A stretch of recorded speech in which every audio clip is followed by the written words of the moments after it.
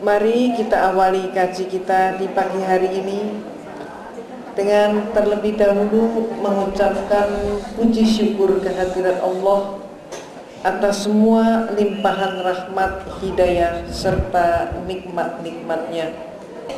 Ibu-ibu yang saya hormati dan sekaligus yang saya cintai, alhamdulillah atas perkenan Allah kita dapat berjumpa dalam keadaan sehat walafiat tanpa kurang suatu apapun.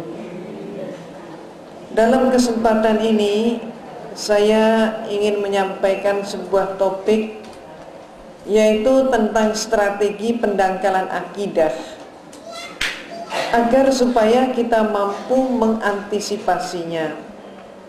Dan sebagai latar belakang, saya menyampaikan hal ini disebabkan karena pengetahuan saya, dan pengetahuan saya itu erat hubungannya dengan latar belakang kehidupan saya yang insya Allah berbeda dengan ibu-ibu pada umumnya. Seringkali saya menerima julukan sebagai seorang mantan kafir, dan dengan julukan itu saya katakan alhamdulillah. Kenapa?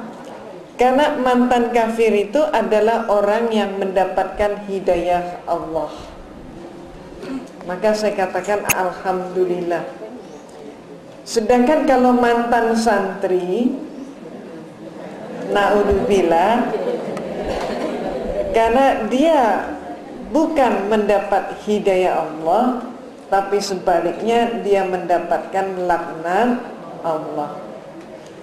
Saya disebut sebagai mantan kafir itu karena saya mempunyai perjalanan hidup yang berbeda dengan ibu-ibu.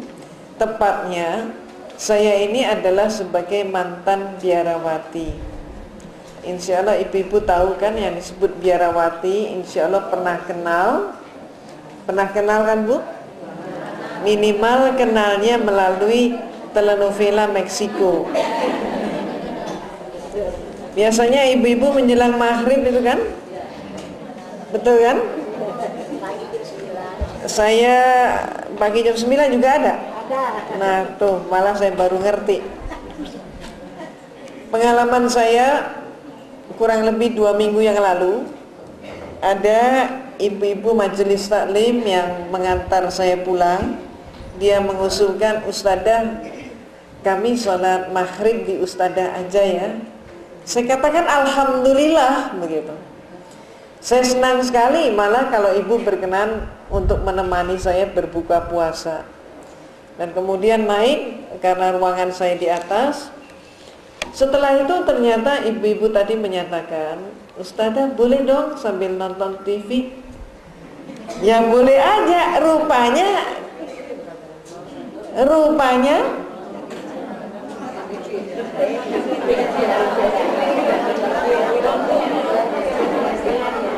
jadi rupanya dia nggak mau ketinggalan. Kalau dia tidak maghrib di tempat saya kan maghribnya di jalan, maka ketinggalan Betty Rafia.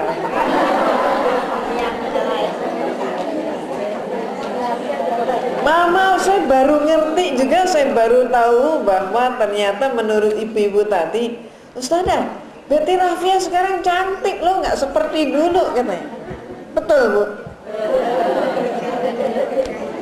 Rupanya ibu-ibu juga banyak nih yang nonton Betty Rafia. Sebenarnya yang nonton Betty Rafia itu khusus ibu-ibu atau bapak-bapaknya juga? Termasuk bapaknya ya. Luar biasa. Nah, itulah contohnya. Saya masuk biara menjadi seorang biarawati dan saya katakan alhamdulillah. Kenapa? Karena justru di biaralah untuk pertama kali saya berkenalan dengan Islam. Tepatnya dari semua mereka yang masuk biara itu hanya ada 2 orang saja. Satu adalah diri saya dan seorang teman lagi, yang kami berdua ini diberi tugas khusus, yaitu untuk kuliah di biara dan sekaligus untuk kuliah di Institut Filsafat Teologia yang di dalam agama Katolik disebut Seminari Agung, yaitu pendidikan akhir pastor. Sampai pada klimaksnya Saya bertanya kepada seorang dosen sejarah gereja, saya katakan, Pater, menurut semua literatur yang saya pelajari dan kuliah yang saya terima, ternyata Yesus yang oleh umat Islam disebut Nabi Isa alaihissalam, ternyata Yesus itu baru menjabat sebagai seorang Tuhan, diberi jabatan Tuhan. Peristiwa itu terjadi tahun 325 Masehi. Jadi sebelum tahun 325 Masehi, Yesus belum jadi Tuhan. Yang melantik Yesus jadi Tuhan adalah seorang kaisar Romawi namanya Konstantin. Dan pelantikannya terjadi di sebuah kota yang namanya Nizea. Maka disebut konsili. Konsili ini dalam bahasa Latin Romawi artinya adalah konferensi, atau bahasa lain muktamar. Jadi muktamar tapi bukan untuk memilih ketua partai atau memilih ketua ormas, tapi untuk melantik Tuhan. Maka disebut Konsili Nizea tahun 325 Masehi. Ini adalah saat pertama kalinya Nabi Isa alaihissalam mereka sebut dengan istilah Tuhan. Terus saya tanyakan pada dosen saya, apa benar sejarahnya seperti itu? Dia bilang benar. Dia tanya kenapa? Maka saya jawab, kalau demikian kesimpulan saya, Yesus itu bukan Tuhan, tapi manusia yang dipertuhankan oleh manusia. Dan penuhanan ini tidak sah. Nah, sayangnya sampai hari ini 95% umat Israel nggak ngerti sejarah gereja mereka. Pikir mereka Yesus itu sejak lahir namanya Yesus. Ya bukan. Pikir mereka Yesus itu sejak dulu adalah nama Tuhan. Tuhan namanya Yesus. Salah. Nah, kenapa kristenisasi dan pemurtadan di tanah air kita sekarang marak sekali? Ibu pernah baca kan di Sabili, kemudian di Republika, bagaimana umat kita termasuk yang dari Gorontalo disekap, dikristenkan, bagaimana ustadz-ustadz di Padang 40 orang katanya sudah menjadi penginjil dan sebagainya. Nah, kalau kita kemudian mempertanyakan mengapa sampai hal itu terjadi dan di Indonesia ini marak dengan pemurtadan dan kristenisasi, maka jawabannya orang Kristen nggak ngerti sejarah gereja, sehingga mereka pun banyak yang ngotot, tong kosong nyaring bunyinya. Sedangkan sayangnya kita umat Islam juga nggak ngerti. Itu sedikit prolog dari saya, sehingga dengan pengalaman hidup itulah saya menjadi sangat paham bagaimana visi misi Kristen dan bagaimana strategi mereka. Apalagi ditambah dengan pengalaman ketika saya masih remaja dulu, saya masuk organisasi di gereja yang namanya Legio Maria. Legio ini dari kata legion, itu sebelum saya masuk biara. Legio Maria, legio dari kata legion, legion adalah tentara atau serdadu Maria. Visi dan misinya adalah untuk mencari domba tersesat. Jadi maaf, ya Bu, betul, termasuk diri saya dan ibu-ibu seluruhnya ini termasuk domba tersesat. Dan inilah yang dijadikan sebagai target untuk dikristenkan. Nah, itulah ibu-ibu yang harus kita pahami. Jadi visi misi Legio Maria mencari domba tersesat. Kurang lebih 5-6 bulan yang lalu, saya terkejut di berbagai media di ibu kota disampaikan berita Gus Dur di Manado menjadi anggota kehormatan Legium Christum. Pada waktu itu insya Allah dari ibu-ibu tidak banyak yang berkomentar karena nggak ngerti. Tapi sekarang sudah tahu apa itu Legium Christum, ya barulah ada komentar. Jadi Legium Christum berarti menjadi serdadunya Yesus Kristus. Nah itu yang terjadi. Itu sebagai selingan saja. Nah ibu-ibu yang saya hormati, kalau kita ini memandang bahwa peristiwa banjir yang melanda Jakarta kemarin adalah peristiwa yang mensengsarakan, sesungguhnya saat ini telah ada bahaya yang 10 kali lebih besar daripada banjir, dan bahaya itu sudah berada tanda kutip di depan pintu rumah kita, dan kita masih dalam keadaan tertidur lelap. Bahaya apa yang saya gambarkan seperti itu? Bahaya ini berawal dari sebuah disertasi yang disampaikan oleh seorang profesor politik Amerika dari Harvard University.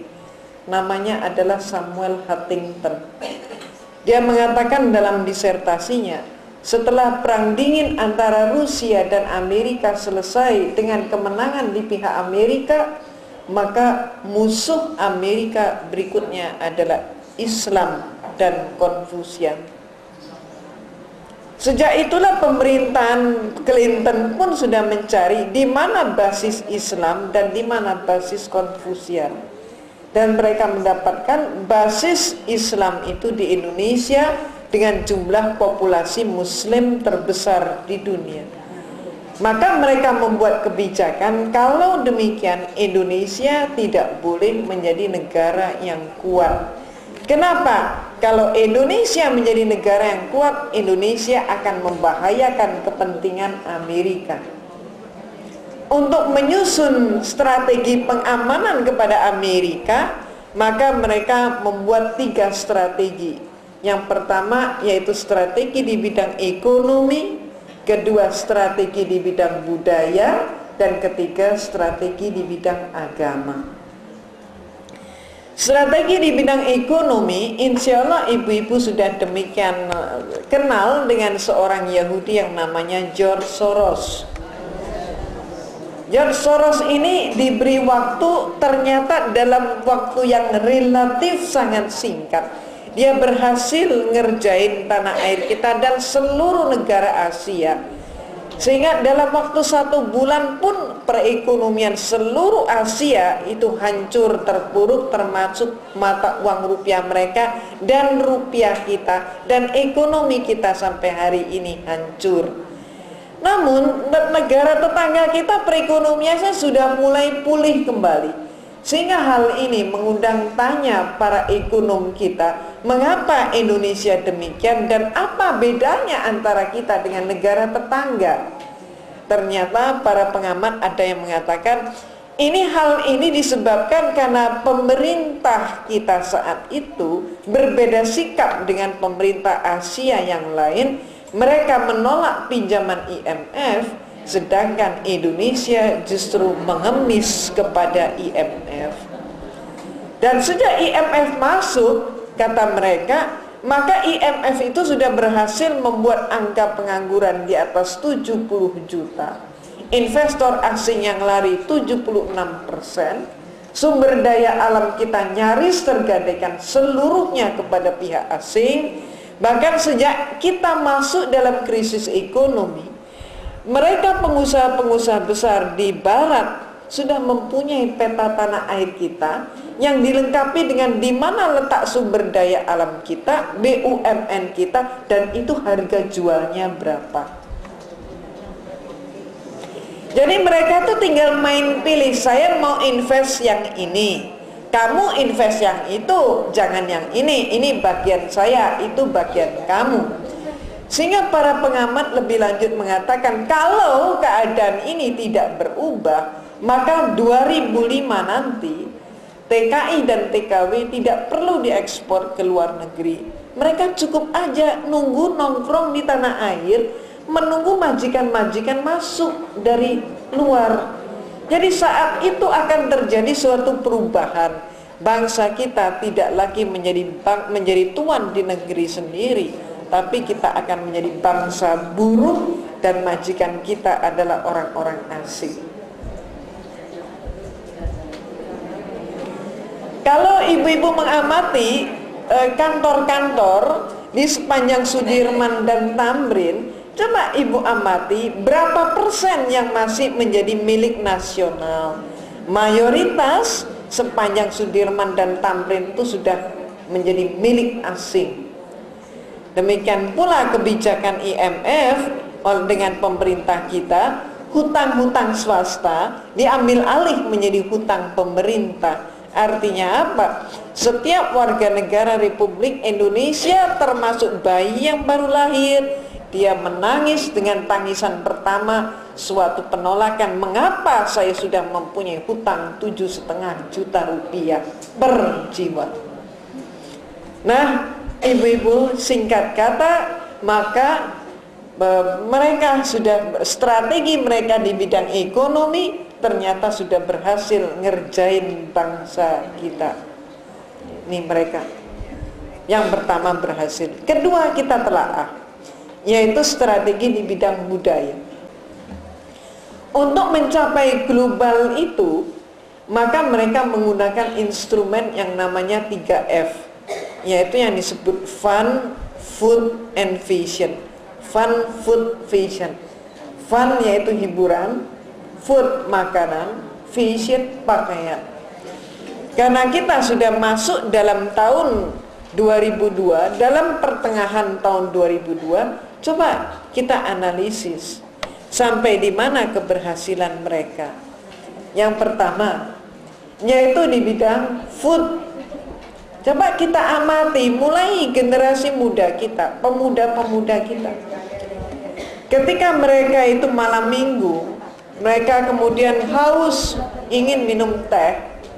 Coba kira-kira mana alternatif yang mereka pilih? Ada dua, masuk ke kafe atau masuk ke warung. Mana kira-kira yang dipilih? Kafe. Mereka masuk kafe, maaf, walaupun hanya pesan teh 2 cangkir. Tapi teh 2 cangkir itu ternyata baru selesai mereka nikmati, mereka baru keluar dari kafe setelah 3 jam. Kenapa? Karena mereka merasa kerasan dengan tempat, dengan situasi di kafe, dengan musiknya yang khas. Dan mereka merasa di kafe mereka enjoy. Dan mereka keluar dari kafe dengan langkah gontai sambil melihat ke kiri dan ke kanan dengan harapan semakin banyak orang lihat saya akan semakin bangga. Kalaupun ada wartawan yang meliput, saya akan bangga dengan menyatakan, nih gue anak gaul, dengan masuk kafe. Lain halnya apabila pemuda kita, dia tertinggal dompetnya di rumah, dia masuk ke warung untuk minum teh. Maka dia masuk ke warung dengan tidak kerasan, hanya bertahan paling lama setengah jam. Kalau keluar dari kafe, maaf, dengan tengok kiri kanan supaya semakin banyak orang lihat, dia semakin bangga. Maka dia keluar dari warung, tengok kiri kanan dengan harapan jangan sampai ada orang lihat saya, apalagi pacar saya, jangan sampai tahu kalau gue nih anak warungan. Gengsi mereka. Begitu juga kalau ibu-ibu amati, ketika mereka itu keliling ke mall, seringkali mereka keliling mall sambil nenteng minuman.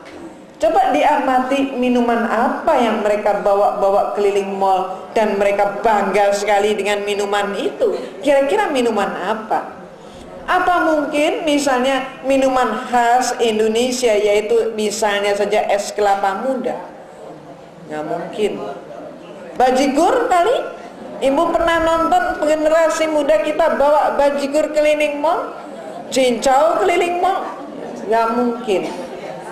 Tidak mungkin mereka melakukan itu. Kenapa? Tidak gengsi, malah malu-maluin gitu. Malu-maluin bajigur, cincau kok dibawa keliling. Coba kalau kita sebut saja merek apa misalnya, ya, Coca-Cola, Green Sand, Champagne, dan yang lain-lain. Jadi apa kesimpulannya? Mereka bangga dengan produk barat, dan segala sesuatu yang dari barat itu mereka anggap yang paling baik, yang paling bergengsi. Maaf, kita jangan ngoreksi anak muda saja. Coba kita koreksi juga, maaf, diri kita sendiri.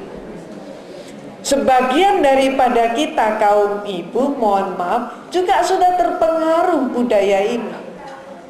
Maaf, tentunya bukan ibu-ibu majelis taklim Namira, tapi yang di sono tuh. Ibu-ibu muda kita yang di sono tuh sekarang sudah berganti menu. 5 tahun yang lalu, kalau kita bersilaturahmi ke rumah seorang teman yang dari Sumatera Selatan, dia akan demikian bangga kalau bisa menyajikan makanan khas Sumatera Selatan. Empek-empek. Ketika ngeluarin empek-empek ceritanya panjang. Oh, ini empek-empek nggak ada seperti ini di Jakarta. Ini adanya dari Palembang. Saya baru dapat kiriman tadi pagi dari Palembang. Ketika kita masuk ke Jawa Timur, orang Surabaya akan demikian senangnya kalau dia bisa menyajikan rujak cingur. Bangga dia. Keluar dari Surabaya, ada sebuah kota kecil. Walaupun kecil, tapi si Sidoarjo ini, dia akan bangga sekali dengan yang namanya Kupang. Dia bercerita, seluruh Indonesia yang punya Kupang cuman Sidoarjo.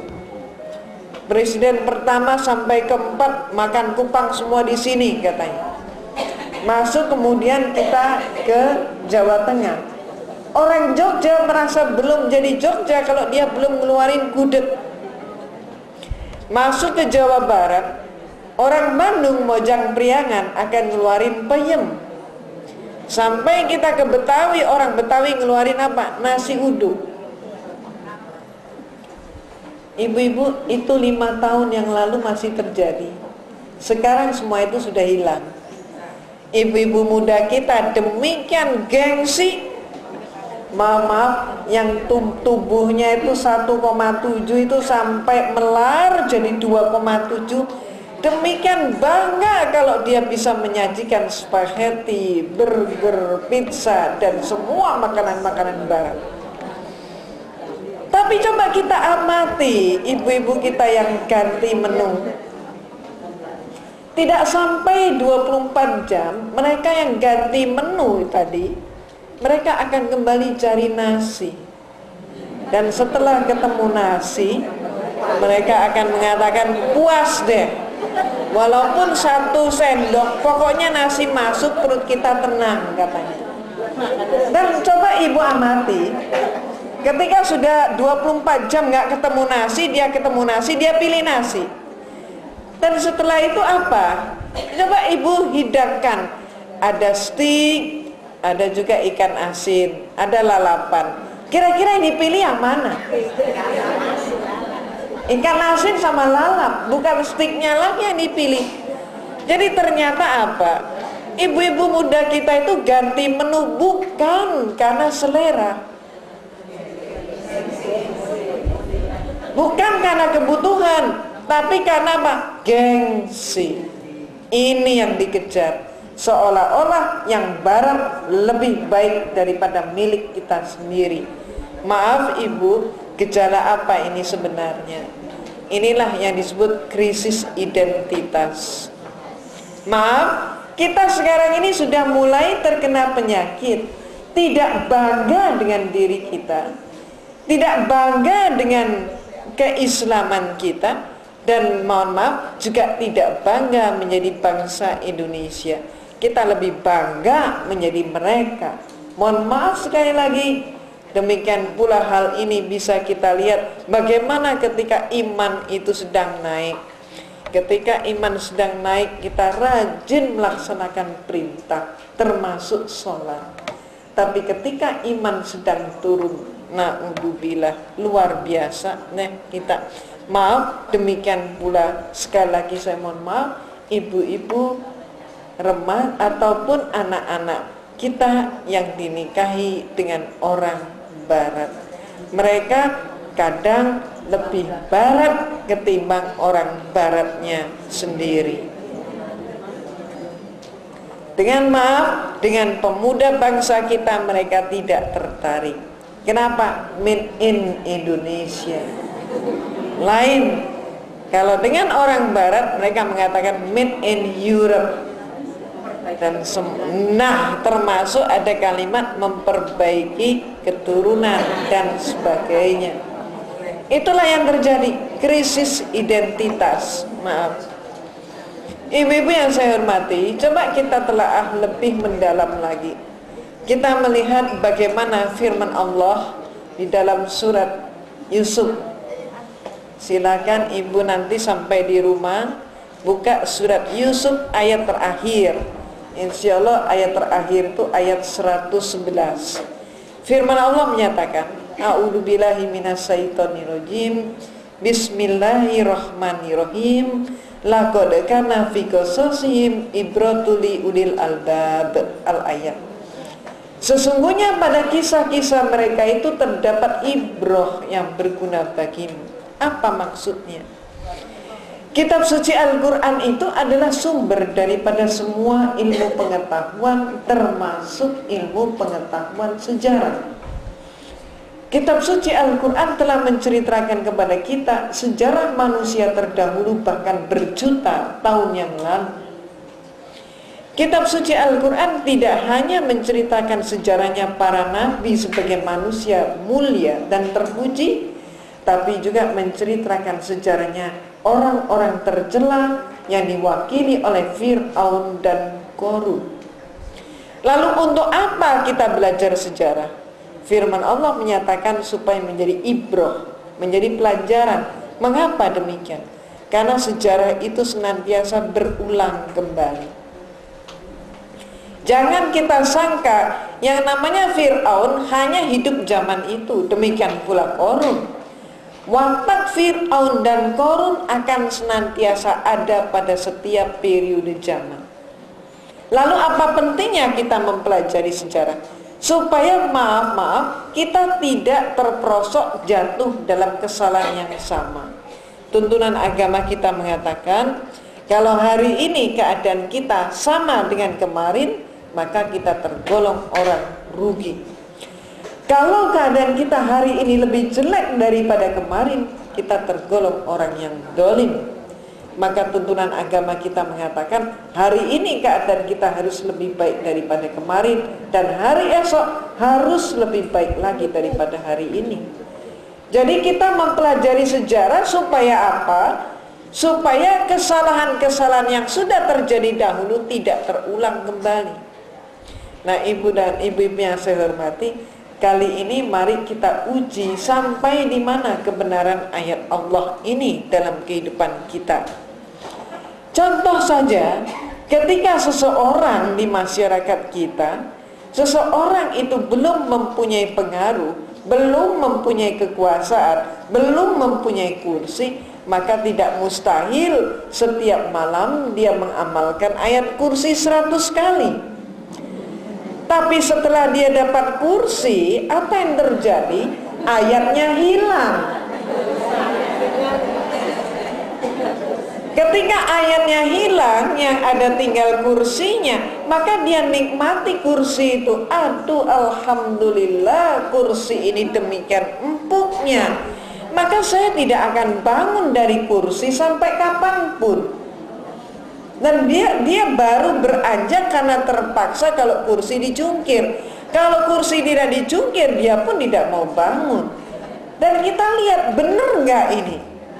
Ternyata mohon maaf, sejarah bangsa kita menyatakan kita dijajah oleh Belanda 350 tahun. Kita merdeka, proklamator kemerdekaan menjadi presiden pertama, memakai Undang-Undang Dasar 45 yang antara lain menyatakan masa jabatan presiden adalah 5 tahun. Setelah naik tahta, duduk di kursi, apa yang terjadi? Dia mengubah ketentuan, bukan 5 tahun tapi menjadi seumur hidup. Kemudian apa yang terjadi? Terpaksa berganti, terpaksa bergeser karena kursinya dijungkir. Yang menjungkir adalah presiden kedua. Naiklah presiden kedua dengan menyatakan saya tidak akan seumur hidup. Tapi apa yang terjadi? Ya 32 tahun lebih lama daripada yang pertama. Sejarah berulang kembali. Maaf, tidak mustahil yang berikut-berikut ini terjadi juga seperti itu. Tinggal bagaimana kita umat Islam mensikapi. Ini satu contoh. Contoh yang lain, mari kita simak bersama hadis Rasulullah sallallahu alaihi wasallam. Utlubul ilma walau bisin. Tuntutlah ilmu sampai ke negeri Cina. Mengapa Rasulullah bersabda demikian? Karena Cina saat itu sudah mencapai kebudayaan yang sangat tinggi. Cina sudah makmur. Buktinya kemakmuran Cina sudah mengekspor kain sutra zaman Rasulullah. Jadi kain sutra dari Cina ini sudah dinikmati sampai ke Syam, sampai ke Persia. Bahkan semua pangeran-pangeran negara Teluk pakai kain sutra dari Cina. Dan pada saat itu posisinya tidak ada seorang Cina pun yang menyangka bahwa negara mereka itu akan jatuh melarat, miskin dan komunis. Maaf, ini yang saya bandingkan dengan Jakarta kemarin banjir. Tidak ada seorang penduduk Jakarta yang nyangka bahwa Jakarta akan banjir. Ternyata apa? 2/3 Jakarta direndam oleh air. Orang Cina zaman itu tidak nyangka bahwa Cina itu akan melarat. Dan ternyata sejarahlah kemudian yang menyatakan siapa yang menjatuhkan Cina? Inggris. Dengan apa Inggris menghancurkan Cina? Ibu masih ingat sejarah? Ya? Opium. Opium, candu. Kalau sekarang apa? Narkotika. Bagaimana caranya? Inggris tidak pernah mengirim serdadu, tidak pernah menjatuhkan bom, tapi Inggris cukup dengan biaya yang sangat murah menghancurkan Cina. Berkapal-kapal opium dikirim ke Cina. Begitu kapal-kapal itu mendarat, lihat nih persamaan dengan Indonesia. Maka siapa penadah pertama? Penadah pertama adalah anak-anak konglomerat dan anak-anak pejabat. Persis sama dengan di tanah air kita. Betul kan? Nih, berulang lagi nih sejarahnya. Maka coba kita simak. Ketika opium itu sudah sampai di tangan mereka, mereka menjadi pemakai sekaligus pengedar. Mulai dari pedagang besar sampai seluruh penduduk kota madap saat itu. Setelah orang kota madap, orang kota nggak diem, mereka mengedarkan kepada orang desa. Ibu kalau amati dalam sejarah, kontur tanah di Cina memungkinkan Cina itu mempunyai sawah yang sangat lebar. Pada saat itu tercatat sawah-sawah yang sudah siap panen, hanya tinggal panen saja. Tidak ada seorang petani pun mau turun ke sawah, hanya untuk panen pun enggak. Ngapain mereka? Semuanya sibuk dan asik. Sibuk apa? Asik apa? Madat. Setelah orang kota terkena opium, mereka madat seluruhnya. Apa yang terjadi? Mereka salurkan lagi sampai ke gunung-gunung. Cina di gunung, tradisi mereka, kakek nenek itu ngajakin cucu-cucunya untuk mengut daun, ranting dan membelah pohon. Saat itu tidak ada kakek, tidak ada nenek, tidak ada anak kecil yang mau bekerja, semuanya mereka madat. Apa yang terjadi? Ya, apa yang terjadi? Maka dalam waktu seketika perekonomian Cina lumpuh. Setelah lumpuh, hancur perekonomian Cina. Dengan robohnya perekonomian Cina, maka komunis masuk dan mereka ditelan oleh komunis. Maaf ibu-ibu, inilah sesungguhnya yang sedang terjadi di tanah air kita. Ini tadi yang saya katakan, ada bahaya yang lebih besar 10 kali daripada banjir. Dan itu sedang terjadi di tanah air kita. Cuman kita sedang tidur, tidak tahu kita. Inilah yang saya maksudkan. Dan saya menyimpulkan demikian ini karena saya mempelajari sejarah. Mengapa saya belajar sejarah? Karena perintah Allah. Ini yang terjadi. Maka ibu-ibu coba bandingkan. Cina dihancurin oleh Inggris dengan status sebagai negara pengkonsumsi narkotika. Negara kita ini bukan negara pengkonsumsi saja, kita sudah tergolong produsen narkotika. Ibu mau tahu atau sekedar saya mengingatkan, menyegarkan ingatan, yang namanya ekstasi made in Tangerang pabrik di Tangerang itu adalah pabrik kedua terbesar di dunia.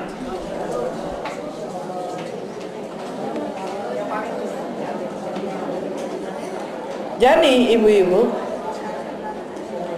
produksi Tangerang itu satu hari 350.000 pil.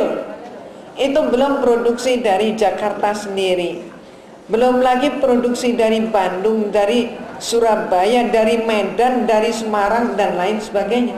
Itu dia sudah 350.000 pil per hari, yang menurut Badan Penelitian Obat-obatan Terlarang dari Amerika, ekstasi made in Tangerang adalah ekstasi kelas Wahid yang sama dengan Inex made in Holland.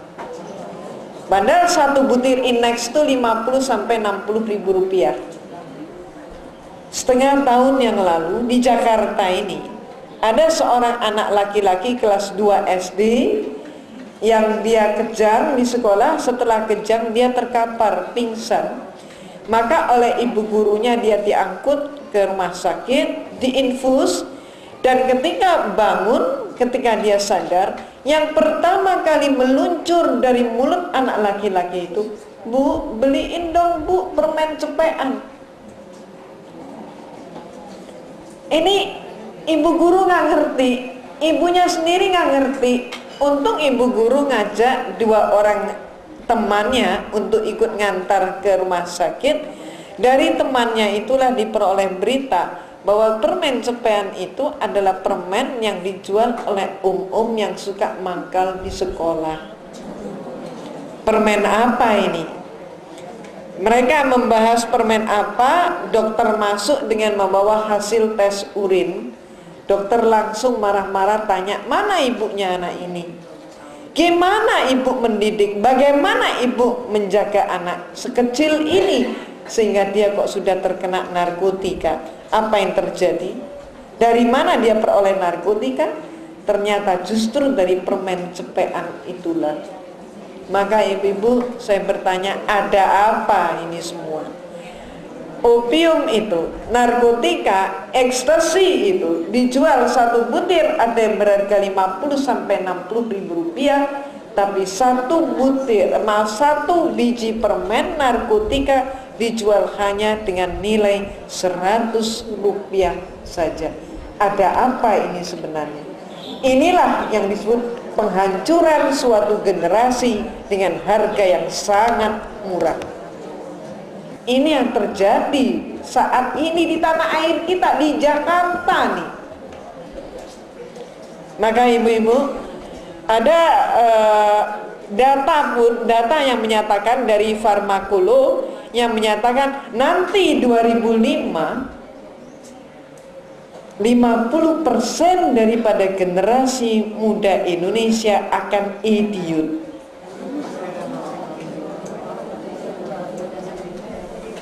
Jadi dikatakan remaja Indonesia tahun 2005 50% idiot. Kalau memang data ini benar, sangat memprihatinkan. Inilah penghancuran sebuah generasi dengan harga yang sangat murah.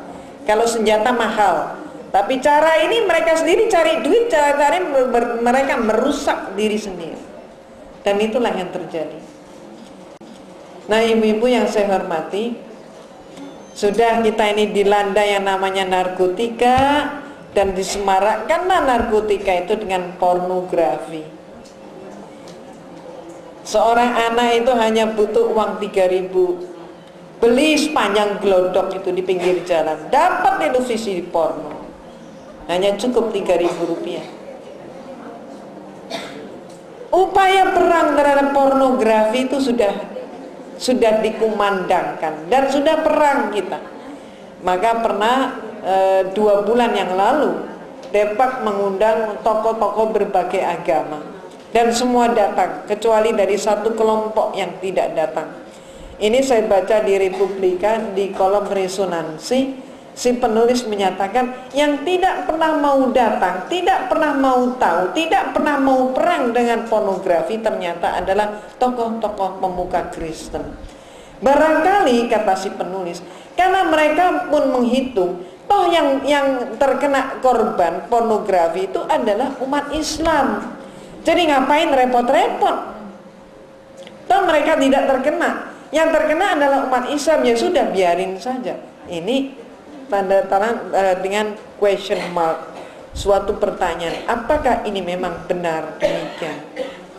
Nah, ibu-ibu yang saya hormati, jadi apa yang terjadi dengan skenario kedua, yaitu di bidang budaya, mereka pun sudah berhasil ngerjain bangsa kita, terutama menghancurkan generasi muda kita. Kemudian yang ketiga adalah penghancuran melalui agama. Di tanah air kita sedang berlangsung program pemurtadan dan kristenisasi. Mereka mempunyai program jangka panjang, juga mempunyai program jangka pendek. Dalam program jangka panjang mereka membuat program 50 tahunan.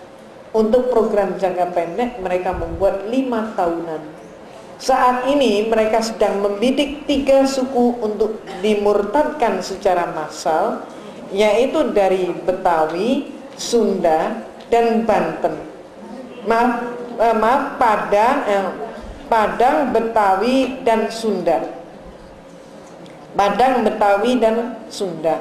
Mereka sudah mengklaim mengkristenkan 40 ustadz dari Padang, dan sekarang mereka sudah jadi penginjil. Kalau ibu-ibu mengamati televisi, maka ketika perayaan Paskah di gereja, perayaan Paskah di televisi itu, mereka tidak lagi memakai bahasa nasional, tapi mereka antara lain memakai bahasa Sunda dan bahasa Cirebon. Jadi Cirebon pun saat ini sedang diincar untuk dikristenkan oleh mereka. Kenapa? Karena Cirebon ini mempunyai kesultanan, kasepuan maupun kanoman yang didirikan oleh Sunan Gunung Jati. Jadi mereka ini berusaha untuk merebut simbol. Kalau kesultanan itu berhasil diwarnai, dikristenkan, maka mereka akan klaim bahwa mereka telah berhasil menguasai kesultanan atau kerajaan Islam di Indonesia. Ini yang mereka perlukan. Ibu masih ingat dengan saudara kita yang dari Madura? Orang Madura kan terkenal dengan Islamnya yang kental. Walaupun mohon maaf, barangkali di antara mereka ada yang sholat cuma setahun sekali, tapi mereka akan sangat tersinggung kalau dikatakan tidak Islam. Apa yang terjadi? Saat ini di Madura pun sudah ada gereja, bahkan sudah ada penginjil dari suku Madura. Jadi ini sudah merata di tanah air kita. Yang namanya program Jericho dan program Andalas mengatakan, nanti 2004 populasi muslim di tanah air kita hanya bersisa 50% saja. Mudah-mudahan enggak, tapi enggak cukup mudah-mudahan. Apa yang harus kita lakukan? Kalau kita tetap tidur, hal itu akan terjadi. Nah, 2004 nanti mereka mengatakan muslim di tanah air kita akan bersisa 50%.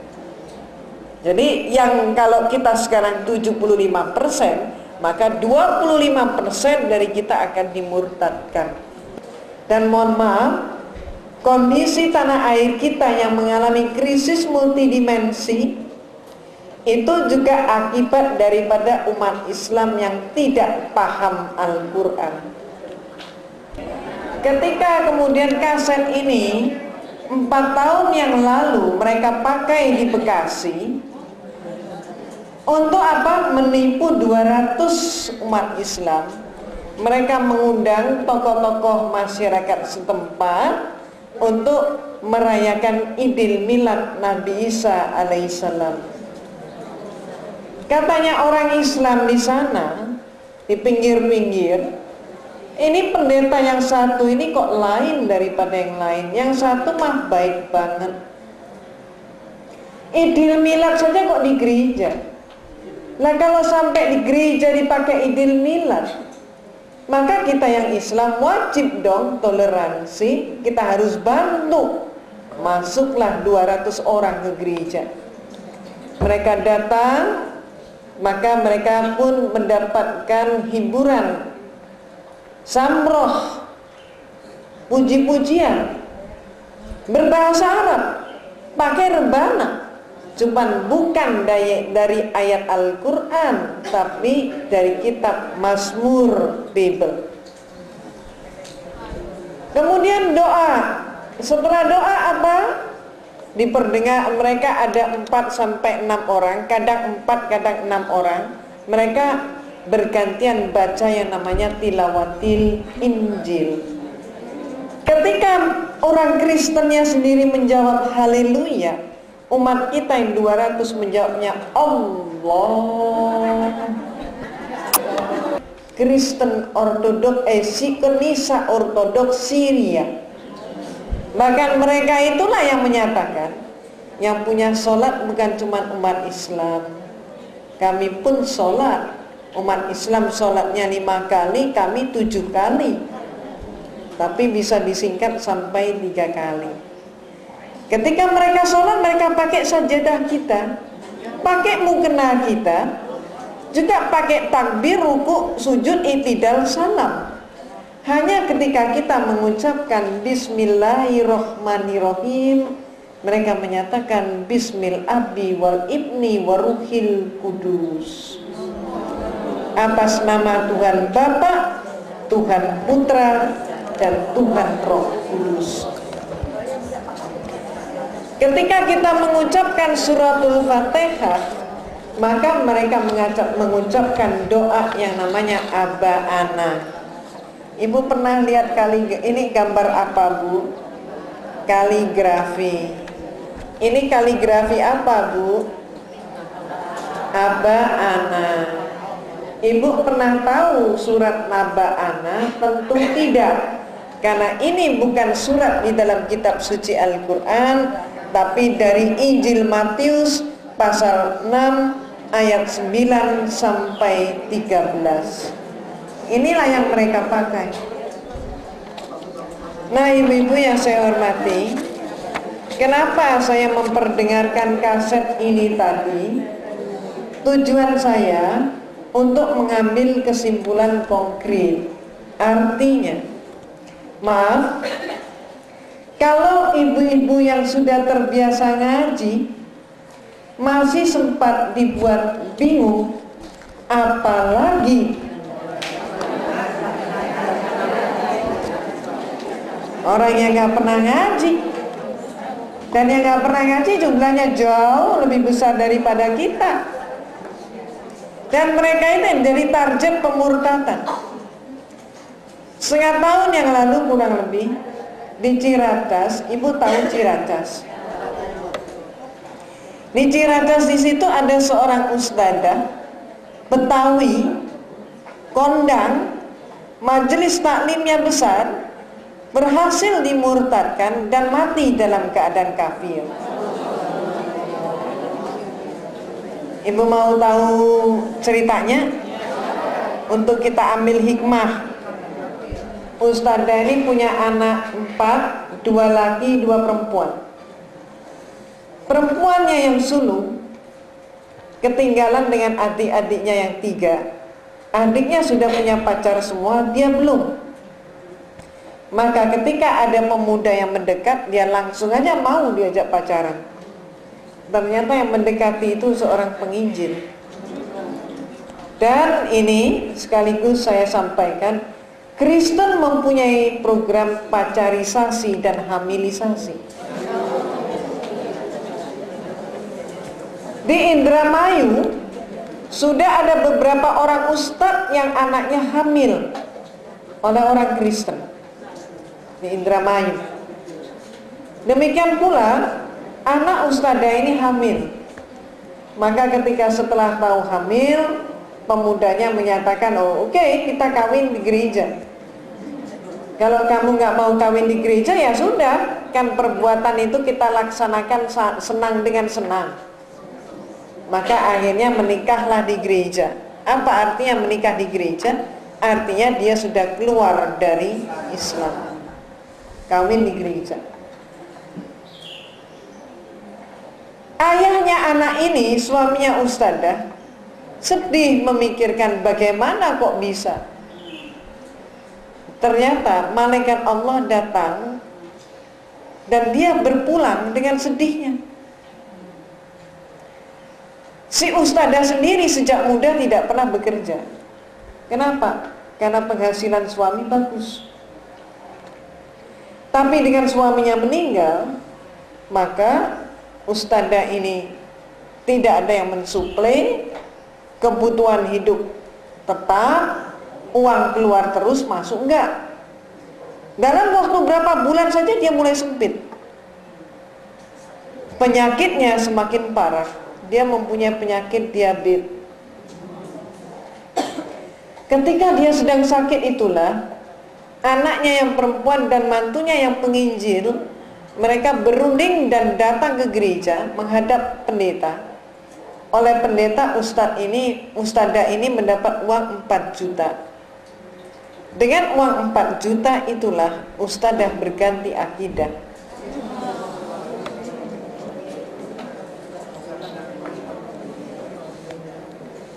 Ternyata, maaf, terungkapnya bagaimana? Rumah ustadzah itu biasa dipakai untuk baca Yasin tahlil oleh jamaahnya. Suatu malam ketika seperti biasa mereka datang berduyun-duyun untuk baca Yasin tahlil, ustadzah ini mengatakan kepada ibu-ibu jamaah, "Ibu, udahlah bu, nggak perlu repot-repot." Katanya majelis taklimnya, "Loh ustadzah, kami kan nggak repot, ini kan ibadah." Ustadzahnya jawab lagi, "Sudahlah bu, percuma, nggak ada gunanya." Kata majelis taklimnya, "Ustadzah gimana sih? Kan kami juga cari pahala." Jawab lagi majelis, ustadzahnya jawab lagi, "Sudahlah bu, saya tuh sudah nggak sama, lain dengan yang dulu." Majelis taklimnya jawab lagi, "Ustadzah, kami mulai dulu sampai sekarang ya tetap nggak ada rubahnya." Ini rupanya ini ustadzahnya lama-lama nggak sabar juga majelis taklim yang nggak ngerti-ngerti. Maka kemudian ustadzahnya menjawab, "Bu, sekarang saya sudah menjadi Mahdalena." Dengan mengatakan nama Mahdalena, baru majelis taklimnya ngerti kalau ustadzahnya sudah ikut anaknya jadi Kristen. Maka heboh majelis taklim itu. Ada yang nangis, ibu-ibunya, ada yang teriak, ada yang ngerangkul ustadzahnya dengan mengucapkan 2 kalimat syahadat. Dirangkul begitu sambil dibisiki kalimat 2 syahadat. Ini si ustadzah ini dorong ibunya, bisiki tadi didorong sampai jatuh. Apa dia bilang? "Jangan bisikkan itu, panas untuk saya." Majelis taklim bubar dalam keadaan kacau. Ternyata uang 4 juta nggak sampai 3 bulan udah habis. Berapa sih 4 juta? 1 hari aja habis. Apa yang terjadi? Ustadznya penyakitnya semakin parah, dibawa ke rumah sakit, mati di rumah sakit. Karena dia sudah bukan muslimah, maka tidak diberi kain kafan, tapi sebagaimana lazimnya orang Kristen, kalau perempuan kan diberi pakaian pengantin. Berhubung ustadzah nggak punya pakaian pengantin, mohon maaf, ustadzah tadi diberi rok merah, matanya dikasih kacamata hitam. Ibu pernah ngelihat orang Kristen meninggal? Pernah ya? Pertanyaan saya, pakai kacamata hitam enggak? Tidak. Lalu kenapa ustadzah ini diberi kacamata hitam? Anaknya lah, anak perempuannya yang menjawab. Ibu mereka matanya tidak bisa terpejam, ngelotot. Karena ngelotot maka supaya tidak menakutkan yang ngelayat, ibu mereka matanya ditutup dengan kacamata hitam. Ibu, sedih ya? Itulah akhir yang jelek. Moga-moga tidak ada satupun di antara kita yang demikian.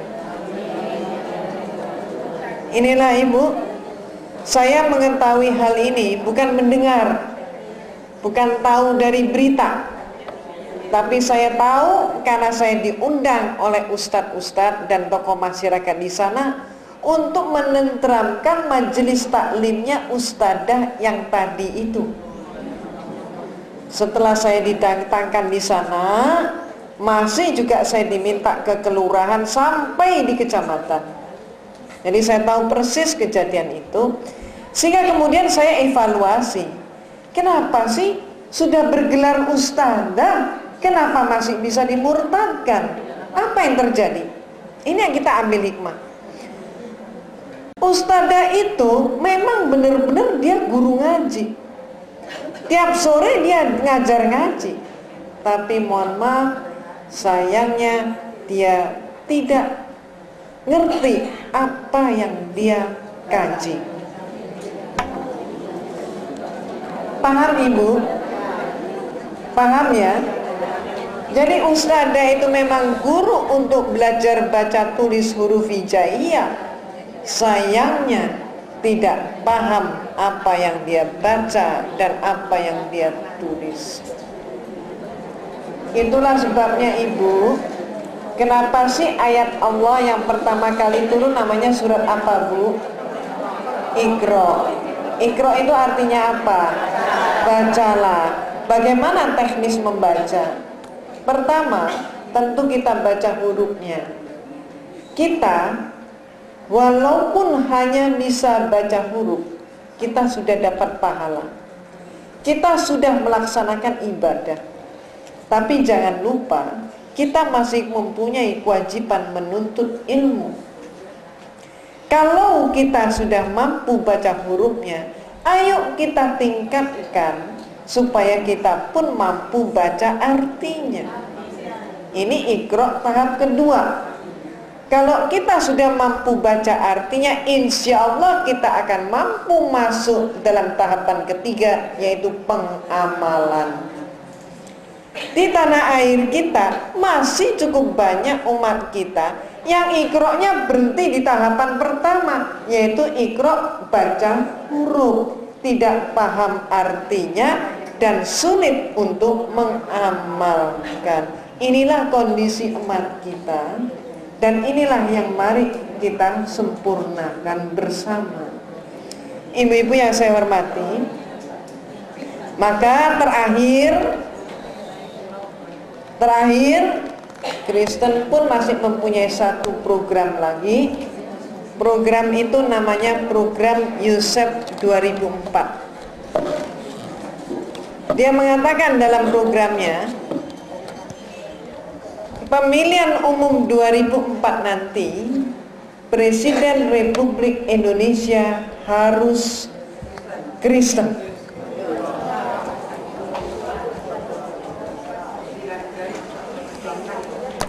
Tergantung ibu-ibu mau nggak. Kalau kita mau, kita harus tahu apa konsekuensinya.